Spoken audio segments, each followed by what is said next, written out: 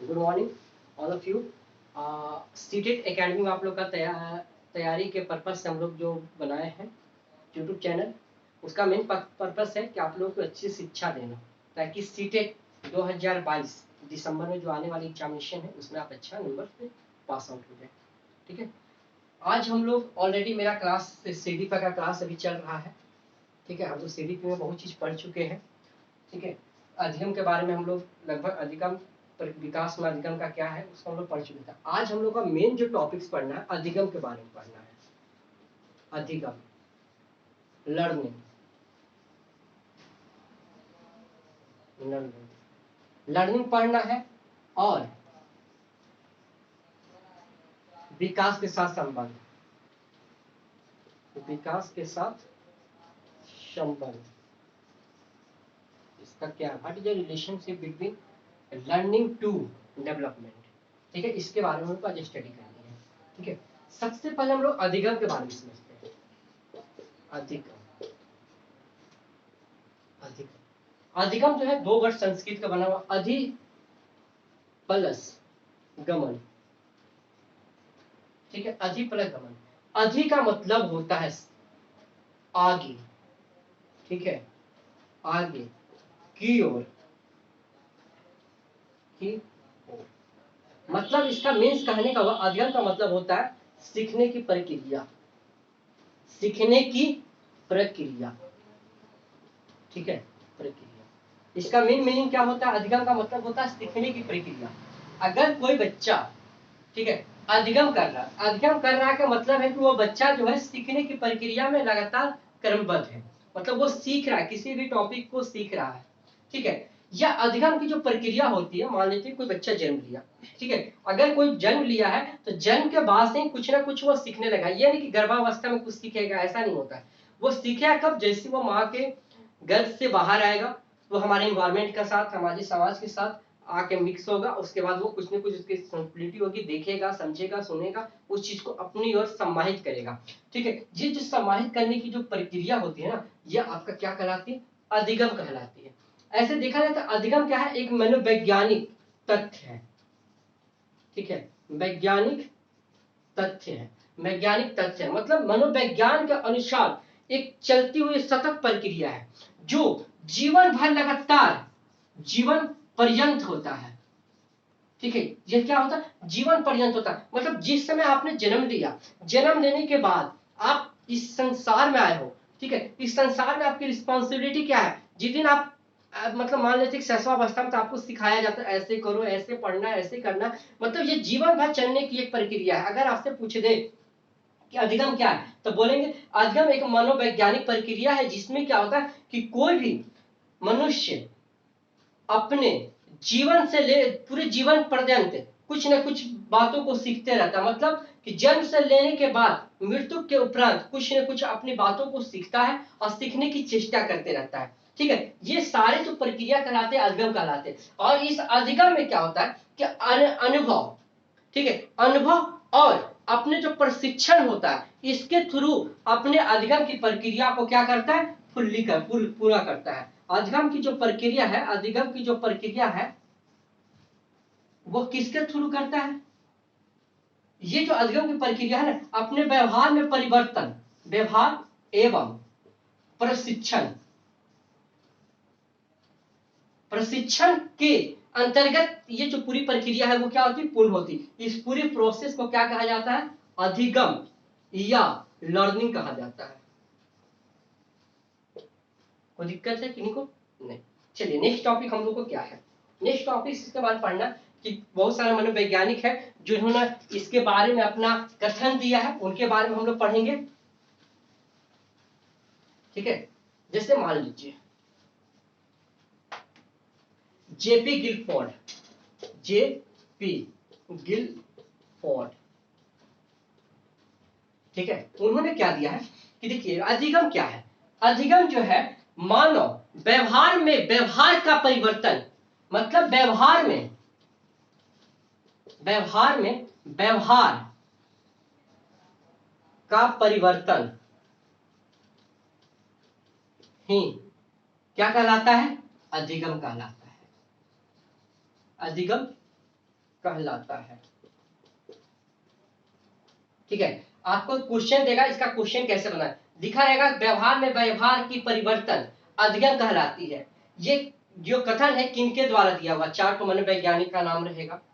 ठीक है, आप उसमें से आप अगर इसका स्टेटमेंट याद है तो आप आराम से इस पर जेपी गिलफोर्ड मार दीजिएगा। ठीक है, एक थे गेट्स। गेट्स का कथन क्या है, उन्होंने बताया कि जो मानव होता है, चाहे कोई भी प्राणी होता है, वो क्या करते हैं, अपने प्रशिक्षण और अनुभव के थ्रू, मतलब अपने अनुभव एवं प्रशिक्षण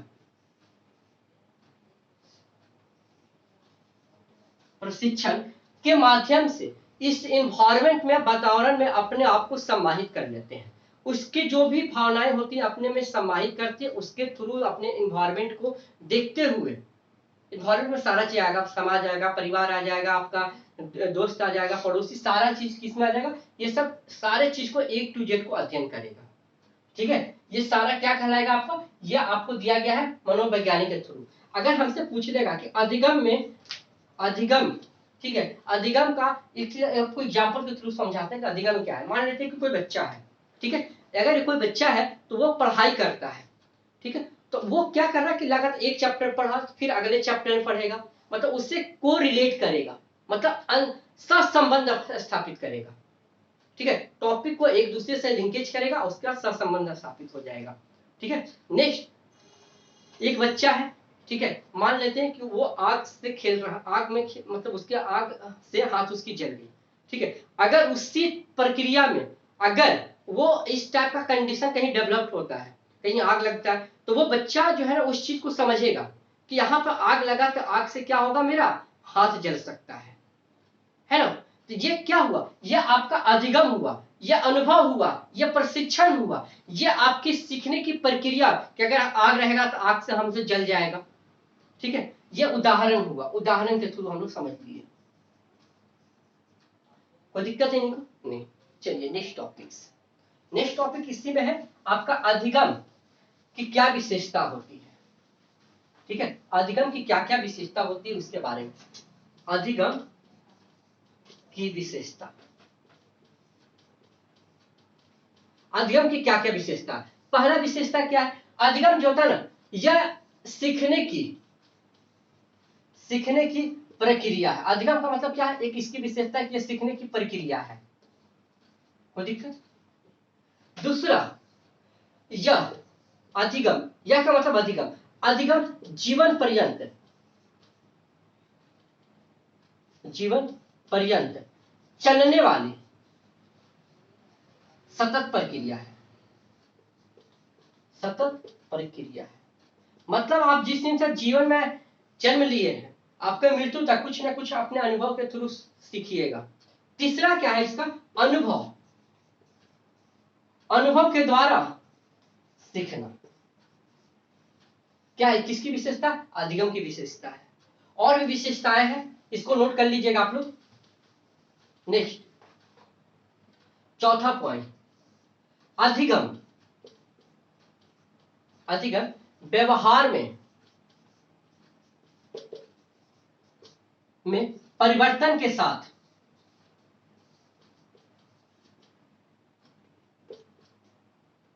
सीखना है, अधिगम कहलाता है। मतलब आपके व्यवहार में कोई भी परिवर्तन आ रहा है, ठीक है, ये क्या कहलाएगा, आपका अधिगम कहलाएगा।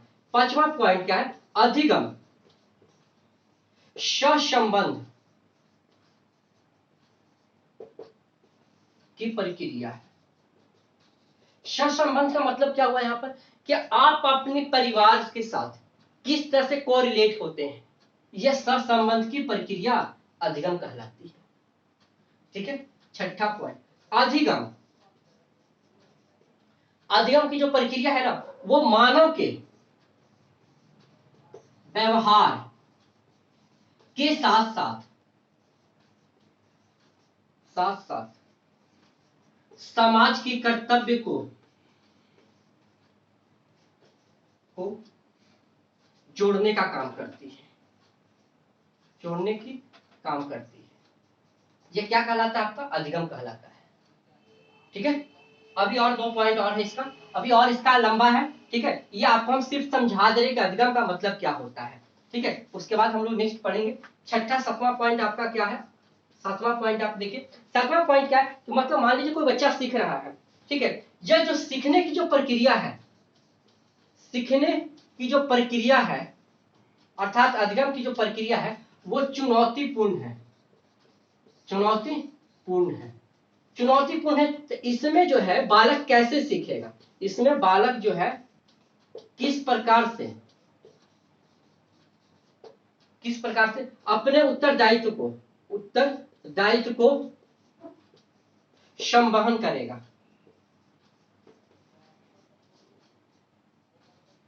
ये क्या कहलाएगा आपका अधिगम कहलाएगा।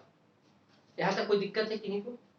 चलिए, अगर कोई दिक्कत है तो बताइएगा कि इस अधिगम में कोई दिक्कत है। अभी और बहुत सारा पॉइंट है, इसमें अगर जितना एलिब्रेट कीजिएगा और उतना पॉइंट चला जाएगा। अधिगम क्या है कि जीवन के भर चलेगा, अनुभव के द्वारा सीखेंगे, प्रशिक्षण के द्वारा सीखेंगे। अधिगम कोई मतलब जन्मजात नहीं होता। यह अधिगम जो होता है ना, ये जन्मजात नहीं है, यह एक और है, यह जन्मजात नहीं होता है, ठीक है। ये जन्म से नहीं होता है, जन्मजात नहीं कि आप आपका फैमिली है, वंशावली चल रहा है, उस तरह का प्रक्रिया नहीं होती है। ये भी इसका एक मेन विशेषता है। एक विशेषता इसकी और है, अधिगम कभी भी रटा नहीं जा सकता है, अधिगम को कभी रटा नहीं जा सकता, कभी नहीं रटा जा सकता अधिगम को। आप सीख सकते हैं, अधिगम का मतलब होता है सीखना ना, रटना सीखना नहीं होता है, ठीक है। अगर आपको कोई किसी ने बता दिया कि आप मैथ बनाओ, तो मैथ को आप सीखा, बच्चा आता है वो लोग उसको क्या करता है, उसको रट लेता है। लेकिन ये रटना आपका अधिगम नहीं कराएगा, लर्निंग नहीं कराएगा।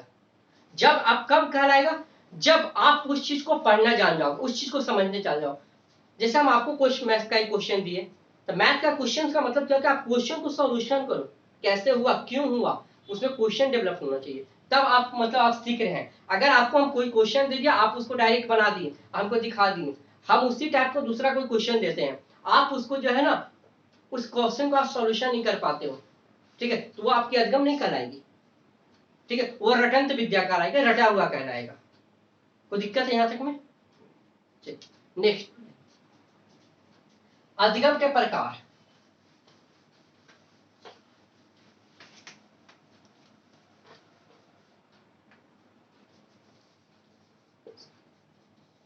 अधिगम के प्रकार,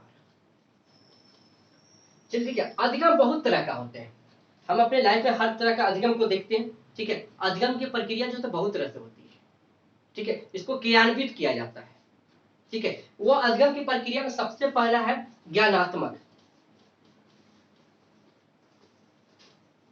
ज्ञानात्मक अधिगम। ज्ञानात्मक का मतलब क्या होता है, आपके पास ज्ञान की प्राप्ति होनी चाहिए। ज्ञान कहने का मतलब नॉलेज, ठीक है। अगर आपके पास नॉलेज होगा, ठीक है, तो आप किसी भी व्यवहार में, किसी भी परिस्थिति में उसके साथ इंटरलिंक मतलब सहसंबंध स्थापित कर करके आप उस चीज की प्रक्रिया को सीख सकते हैं, उसको सीख सकते हैं, उस टॉपिक को जान सकते हैं, उस मैथ्स के हो चाहे कोई भी सब्जेक्ट हो, उसके साथ इंटरलिंकिंग करके आप उस चीज को सीख पाएंगे। इसकी और भी प्रक्रिया पढ़ना है, ठीक है, नेक्स्ट हम लोग जो क्लास लेंगे ना, उसमें इसके बारे में इसका अलग से पढ़ना है चैप्टर, उसको हम पढ़ाएंगे। लेकिन इसमें भी 3 प्रकार होती है, ठीक है। ये जो होती है, पहला होता है प्रत्यक्षात्मक, प्रत्यक्ष मतलब कि जो बच्चा होता है, ठीक है, वो सीखता है, तो सीखना किस आधार में, मतलब कि आपको प्रत्यक्ष रूप से, प्रत्यक्ष का आने का मतलब होता है स्पर्श रूप से, मतलब कोई बच्चा है किसी चीज को सीखता कैसे, तो सीखने की प्रक्रिया कैसे कराएगी, तो वो किसी चीज को छू करके सीखेगा, किसी की आवाज को सुनेगा, उसको कंट्रोल करेगा, तब वो प्रक्रिया को प्रत्यात्मकता कहते हैं, ठीक है। एक और होता है प्रत्यक्ष, समझ में आ गया। एक होता है प्रत्यात्मक, प्रत्यात्मक, प्रत्यात्मक, प्रत्यात्मक का मतलब क्या, प्रत्यात्मक अपने आप में एक बृहद शब्द है। इसका मतलब क्या होता है कि जो ज्ञान है, पहला जो ज्ञान है, पहला जो ज्ञान है, उस ज्ञान का यूज करके, ठीक है, आगे की प्रक्रिया को लगातार कोई रिलेट करेंगे, वो क्या कहलाएगा, प्रत्यात्मक कहलाएगा। कोई दिक्कत नहीं। नेक्स्ट एक होता है साहचर्य,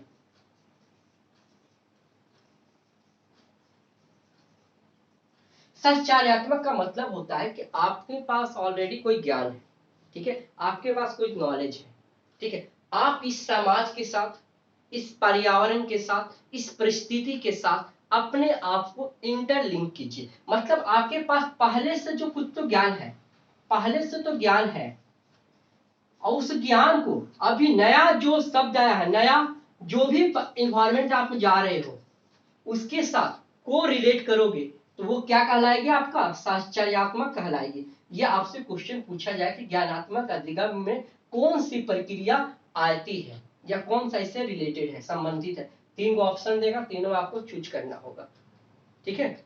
एक देखिए, एक हो गया ज्ञानात्मक, दूसरा होता है भावात्मक।